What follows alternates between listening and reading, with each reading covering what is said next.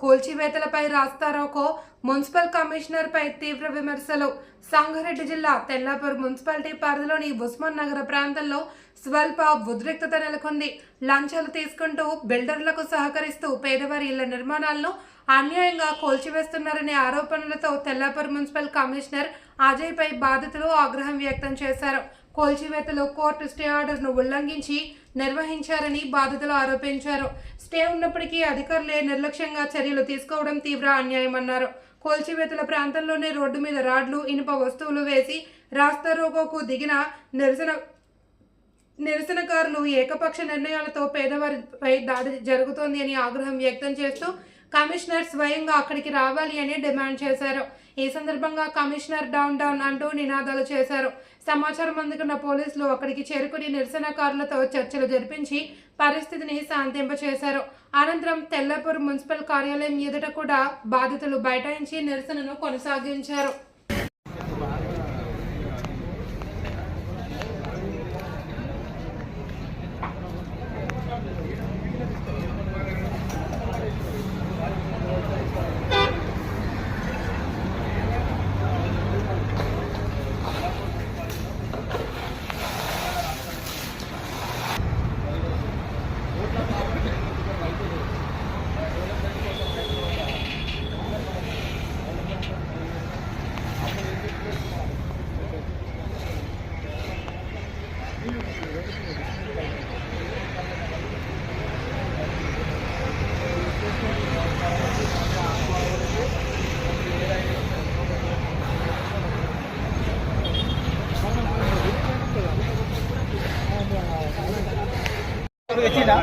Court order చూపిస్తాడు, పర్చి దాన్ని court order చూపిస్తాడు.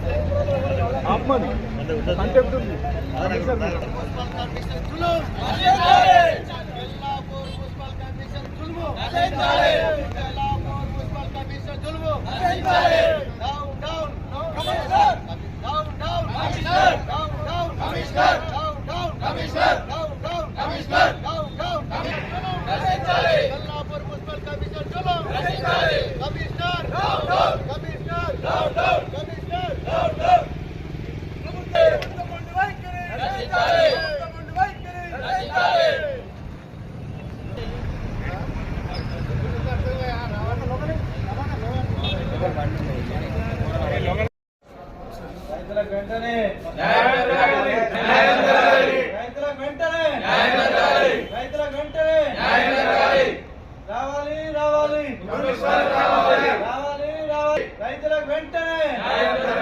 రైతులకు ఇన్ఫర్మేషన్ ఇవ్వకుండా కూర్చున్నందుకు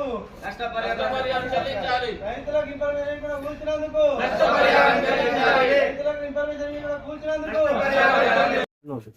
ఈరోజు ఇన్ఫర్మేషన్ లేకుండా ధనాదాన వచ్చి 6 గంటలకు 5 గంటలకు వచ్చి సిబ్బందితో మొత్తం పోయే పోలీస్ సిబ్బందితో కమిషనర్ అందరూ వచ్చేసి ముఖం తప్పించుకొని దిగేసింది ఇవాళ కమిషనర్.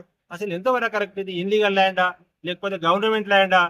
ఎఫ్టీఎల్ అట్లాంటి ఎఫ్టీఎల్ కడుతున్నారు. ఇన్లీగల్ కన్స్ట్రక్షన్స్ బిల్డర్లు అట్లాంటి వాళ్ళ దగ్గరికి ఎవరన్నా పోయినరా? బిల్డర్లు ఎంతో మంది చేస్తున్నారు. వాళ్ళు ఎవరైనా అడిగినరా వాళ్ళని గిట్ట? ఇంతవరకు కనీసం రైతులు బతుకోద్దా అసలు? ఇక్కడ ఏం ఇన్ఫర్మేషన్ ఇది ఏమని ఇది? ఇక్కడ నుంచి అక్కడ దాకా బిల్డర్లు ఉన్నారా? అంత ఎకరా 2 ఎకరాలు, 1/2 ఎకరా, 1/4 ఎకరం ఉన్న ల్యాండ్ ఓనర్లే ఉన్నారు.